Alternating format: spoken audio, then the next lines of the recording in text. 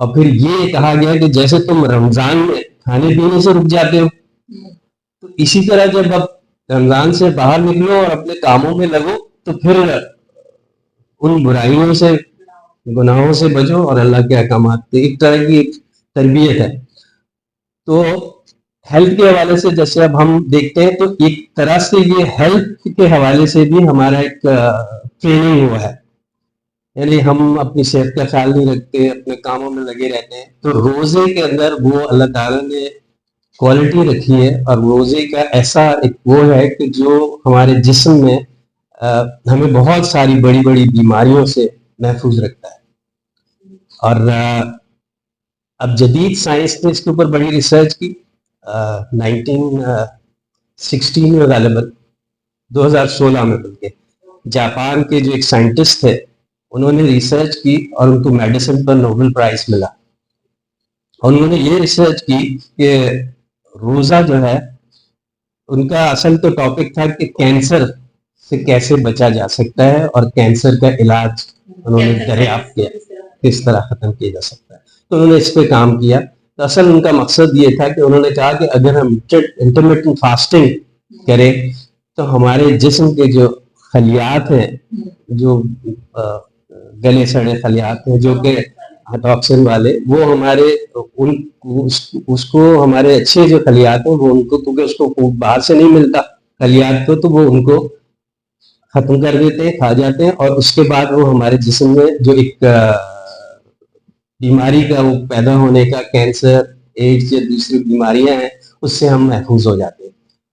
اسی طرح Oxford university کے ایک سائنٹسٹ ہیں، انہوں نے اسلام کے اوپر بڑی ریسرچ کی، اور وہ کہتے ہیں کہ جب میں روزے کے ٹاپک پر پہنچا تو میں نے دیکھا کہ یہ کیا چیز ہے کہ یہ مسلمانوں کے لیے اللہ تعالیٰ نے رکھا ہے، تو میں نے اس کو کیا کیا ہے، کیونکہ ہم سے زیادہ وہ لوگ بلیو رکھتے ہیں کہ یہ کیا کر رہے ہیں، تو انہوں نے اس پر ریسرچ کی اور اس کے بعد انہوں نے روزے رکھے جس طرح مسلمانوں پر روزے فرض کیے گئے۔ تو انہوں نے یہ کہا کہ مجھے معدے کی سوزش کی شکایت تھی اور کافی پرانا میرا مسئلہ تھا، اور میں آہستہ آہستہ میں نے محسوس کیا کہ مجھے اس سے ریلیف مل رہا ہے، اور میں نے پورے مہینے یہ عمل کیا اور میں بالکل صحت یاب ہو گیا۔ تو یعنی روزہ جو ہے، اس کو آپ ایک سمجھ لیں کہ یہ صحت کو برقرار رکھنے کے لیے اور درازی عمر کے لیے بھی کہا جاتا ہے، اس کو یاد کیا جاتا ہے کہ روزہ جو ہے۔ اب آپ نے کہا کہ کیا معدے کے حوالے سے جو اس میں یا رمضان میں جو ہمارے مسائل ہوتے ہیں، تو اس میں چیز جیسے میں نے بتایا کہ روزہ تو آپ کی صحت کو بہتر کرتا ہے، پروٹیکٹ کرتا ہے، ڈھال ہے، تو پھر یہ جو مسائل رمضان میں پیدا ہوتے ہیں یہ رمضان کی وجہ سے نہیں ہوتے بلکہ یہ ہمارے افطار کی وجہ سے ہوتے۔ تو یعنی ہم جس طرح کی چیزوں کو ہم نے بنا لیا کہ افطار میں وہ چیزیں لازمی ہونی چاہیے، اور ایک طرح کا ایک جشن کا سماں ہے، اس کے بغیر روزہ نہیں ہوتا، اور اس کی وجہ سے بہت سارے لوگوں کو، جو لوگ اس کو افورڈ نہیں کر سکتے ان کے لیے مسائل بھی ہیں، کیونکہ ان کے ذہن میں یہ چیز ہوتی ہے کہ شاید روزہ یہی ہے کہ یہ تھال بھرے ہوئے اور پلیٹ بھری ہوئی اور اس طرح کھائیں۔ تو اس طرح پھر جب ہم کھانے پینے کا ہمارا سلسلہ شروع ہوتا ہے تو اللہ تعالیٰ نے ایک نظام بنایا معدے کا بھی، اور جو اس کی وجہ سے اوور ایٹنگ کی وجہ سے پھر ہمارے جسم میں معدے پہ بوجھ پڑتا ہے، اور تیزابیت کی جو عام طور پہ شکایت ہوتی ہے، یا بعض کیسز میں ڈائریا کی شکایت ہوتی ہے، تو ہوتا یہی ہے کہ وہ جو ہمارا معدے کا غذا جاتی ہے، اور جب اوور ایٹنگ ہم کر لیتے ہیں تو وہ غذا معدے میں جا کے، معدے میں تو ایک ایسڈ ہوتا ہے، ایک تیزاب ہوتا ہے، تو وہ غذا جب واپس کھانے کی نالی کی طرف آتی ہے تو وہ پھر ہمیں ڈسٹرب کرتی ہے، اس کی صورت میں ہمیں سینے میں جلن اور معدے میں تکلیف اور کھٹی ڈکاریں، جو کہ عام طور پہ یہ ہوتا ہے، شکایت ہوتی ہے اس میں۔ تو زیادہ تر ہمارے پاس جو رمضان مبارک میں کیسز آتے ہیں وہ اسی طرح کے آتے ہیں، جس میں رمضان کا کوئی نہیں، ہاں بالکل، تو اس کی وجہ سے پھر یہ مسائل پیدا ہوتے ہیں. اور ہومیوپیتھک میں جیسے میں نے بتایا کہ میں ہومیوپیتھک پریکٹیشنر، تو ہومیوپیتھک میں اس کے لیے بڑی اچھی دوائیں ہیں. لیکن ساتھ ہی یہ ہے کہ یہ جو وجہ اس کی یہی ہے کہ ہمارا روٹین ایک ہے. کنٹرول کریں تو یقیناً ہمیں میڈیسن کی طرف نہیں جانا. جی جی بالکل. تو آپ وہ اسپیسیفک ریزن بھی یعنی وہ چیزیں بھی بتائیں کہ جن چیزوں کو بالکل ریسٹرکٹ کرنا ہے اور بالکل استعمال نہیں کرنی ہے وہ چیزیں، چاہے وہ افطار ہو یا سحر ہو، بالکل استعمال نہ کریں تاکہ معدہ جو ہے وہ ہیلدی رہے. جی دیکھیں، ایک تو رمضان کی تو ایک تھوڑا سا روٹین چینج ہو جاتا ہے، سحری ہے پھر افطار ہے، اور اس کو بھی ہم یعنی اس کو بیلنس ڈائٹ رکھ سکتے ہیں. اور عام زندگی میں بھی جو ہے نا ہمیں چاہیے کہ ہم اپنی جو لائف اسٹائل ہے اس کو بہتر کریں اور وقت کی پابندی کریں. کھانے کے سلسلے میں مرغن غذائیں جو ہیں ان کا استعمال کم سے کم کریں. یہ میں نہیں کہتا کہ بالکل ظاہر ہے انسان جو ہے اپنے بچوں کے ساتھ، ہاں، لیکن یہ کہ نارملی ایک بیلنس ڈائٹ رکھیں.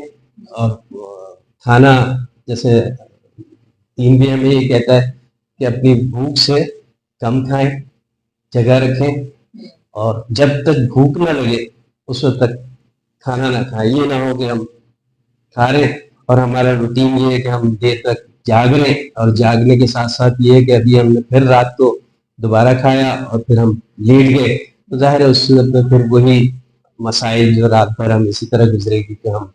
ڈکارے لے رہے ہوں گے، ایسیڈیٹی ہو رہی ہوگی اور مختلف دوائیاں کھا رہے ہوں گے. لیکن اگر ہم اپنی لائف اسٹائل کو بہتر کر لیں اور اپنی ایک بیلنس ڈائٹ پہ آ جائیں، بیلنس ہماری لائف اسٹائل اس پر آ جائیں، تو وقت کی پابندی رکھیں، تھوڑا واک کے لیے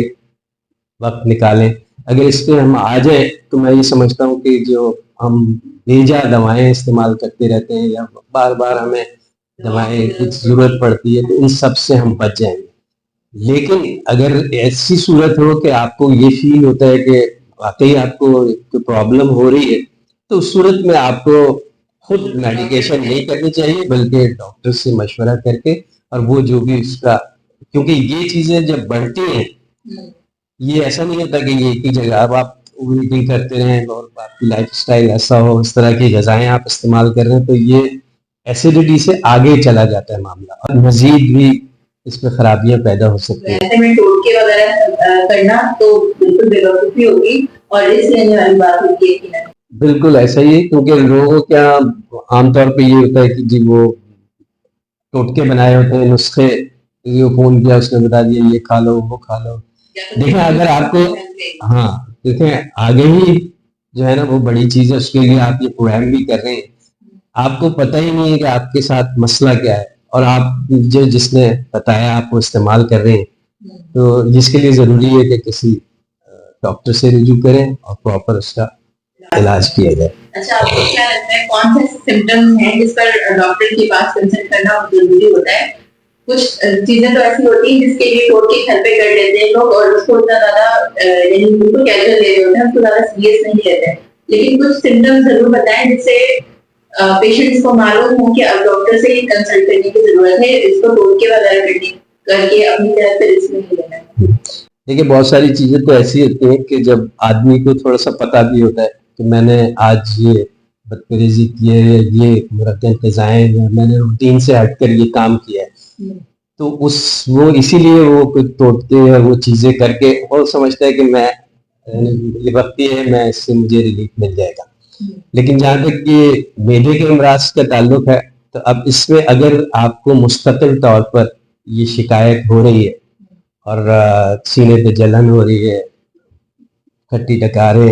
اور پین اگر اس پہ محسوس ہو رہا ہے اسٹمک کے اس پہ، تو آپ کو ڈیفینیٹلی اس میں ڈاکٹر سے رابطہ کرنا چاہیے. کیونکہ اس طرح کے کیسز میں ایسا بھی ہوتا ہے کہ یعنی آپ سمجھ رہے ہیں کہ آپ کا یہ معدے کا مسئلہ ہے، لیکن جب آپ اوور ایٹنگ کرتے ہیں اور مرغن چیزیں کھاتے ہیں تو ظاہر ہے یہ دوسری طرف کی چیزیں چلی جاتی ہیں. مثلا کولیسٹرول کا آپ کا مسئلہ ہو سکتا ہے جو کہ اندر آپ کو، اور اس کی جو ہارٹ کے حوالے سے سمٹم ہوتی ہیں وہ بھی اسی طرح کی سمٹم ہوتی ہیں. لوگ یہ سمجھتے رہتے ہیں بلکہ ڈاکٹر سے رجوع نہیں کرتے، اور اس کو پھر جب کیس بگڑ جاتا ہے جب وہ ڈاکٹر کے پاس پہنچتے ہیں. تو یہ ہے. یعنی ان علامات سے ڈاکٹر سے رجوع کرنا ہی بہتر ہوگا. اچھا, اس کے علاوہ آپ نے السر کا ذکر کیا, تو السر میں کیا کون سی ایسی غذا ہے جو کہ السر کو ہیل کرنے میں ہیلپ کر سکتی ہے؟ جو رمضان کی روٹین لوگوں کی چل رہی ہے اور السر کے پیشنٹس ہیں, وہ ایسے کیا غذا استعمال کریں جس سے ان کا جو یعنی زخم ہے میرے کا وہ ہیل ہونا شروع ہو. دیکھیں, ہاں, جیسے ہم تو رمضان میں, ہمارا تو رمضان پکوڑے اور چاٹ اور یہ چیزوں کے بغیر مکمل نہیں ہوتا, لیکن اگر ہم سعودی عرب جائیں عمرے کے لیے تو ہم دیکھتے ہیں کہ وہاں پر جو افطار ہوتا ہے وہ کیا ہوتا ہے, ایک دہی, ایک جوس, کھجور اور ایک بریڈ کا پیس, یہ اس سے وہ افطار کرتے ہیں. اور یہ بڑا ان کا سمجھے قیمتی افطار ہوتا ہے, اور وہ لوگوں کو بھی اس پہ بلاتے ہیں اور اس پہ بٹھاتے ہیں. تو یہ ہمیں بھی اپنے غذا میں دہی کا استعمال کرنا چاہیے, اور اس طرح کی جو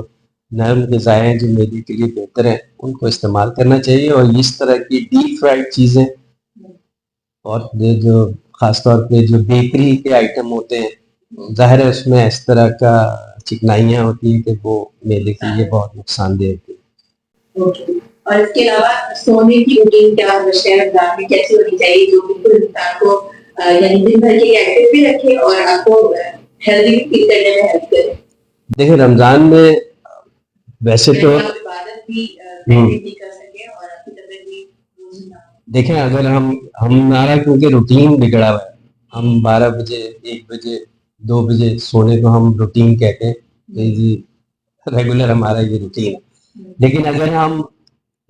عشاء پڑھ کر اور اب تراویح پڑھ کر سو جائیں اور سحری کے وقت اٹھیں, اس کے بعد جو نارمل سحری ہے جیسے ناشتہ ہم کرتے ہیں اس طرح وہ سحری کریں, تو بالکل آپ روٹین پر رمضان بھی اسی طرح گزار سکتے ہیں. دوسرا یہ کہ رمضان میں انسان جو ہوتا ہے وہ اپنا جو کام کے اوقات ہیں وہ بھی اس کو اس کے مطابق تبدیل کرتا ہے تاکہ وہ زیادہ سے زیادہ اس کی جو برکتیں ہیں, رحمتیں ہیں, عبادات میں وقت گزار سکے. کہا جاتا ہے کہ اللہ تعالیٰ کی رحمتوں کی بارش ہوتی ہے اس رمضان میں, لیکن اس کے لیے بڑے لوگ علماء یہ کہتے ہیں کہ وہ برتن کو سیدھا ہونا چاہیے تبھی اس میں وہ رحمت گرے گی. اگر برتن الٹا ہوگا تو وہ تو ادھر ادھر چلی جائے گی. تو بس یہ ہمیں ان چیزوں کا